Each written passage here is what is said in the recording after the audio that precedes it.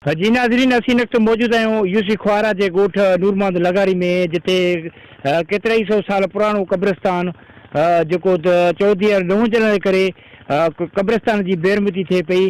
अचो तो वधीक हितां जा जेके ॻोठाणा आहिनि ऐं हितां जा जेके मुख़्तलिफ़ बिरादरी आहे जेके हिन कब्रस्तान में दफ़न थियल हुनजे जेको आहे वारसनि सां ॻाल्हि ॿोल कंदासीं त वधीक हुनजो छा चवणु आहे। टाइम न्यूज़ चैनल जा थोराइता आहियूं जेको हिन टाइम असांजे हिकिड़े कदीमी कब्रस्तान में आया नी जेको कवरेज जे लाइ।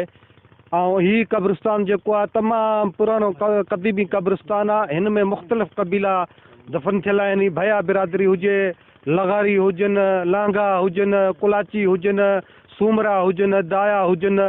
पर अफ़सोस असां जेके अॻु में बि एहतजाज करे चुका आहियूं ऐं हाणे बि जेको आहे टाइम न्यूज़ ते आवाज़ उथारियूं था। ख़ुदा असांजे कब्रस्तान खे चौदीवारी ॾिनी वञे। अॻु में बि असां दरख़्वास्तूं हर ऑफिसर ॾे उमानियूं आहिनि, पर उन्हनि जो को बि ख़र्तेल न निकितो आहे।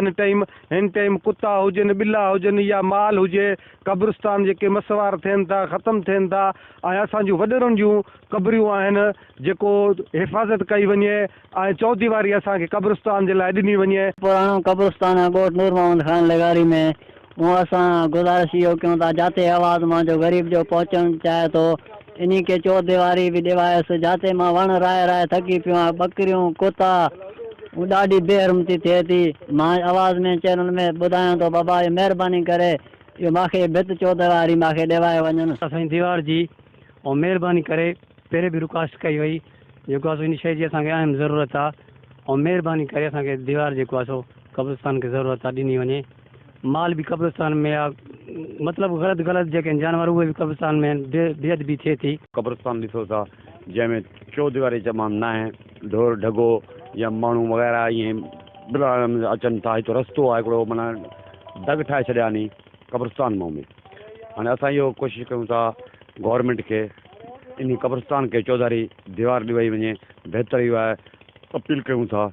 ऐं हे जो कब्रस्तान आहे पुराणो तमामु अज़ीम कब्रस्तान आहे, अॼु न आहे, तमामु माना 100 साल खां बि पुराणो कब्रस्तान आहे। हिते का बि अहिड़ी कार्रवाई हुकूमत न कई आहे जेके इन कब्रस्तान खे दीवार ॾे। इहो आहे ॻोठ नूरमहमद लगारी रवासी जिथे असीं मौजूद आहियूं।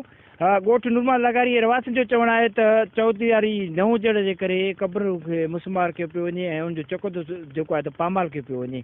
हुकूमत या बाला ऑफिसर खे घुरिजे त ॻोठ नूरमहमद लगारीअ जेको कदीमी कब्रस्तान आहे उनखे चौधरी ॾेई हितां जे जेके क़बरुनि खे बेरमी थिए थी उनखां निजात ॾियारी वई वञे।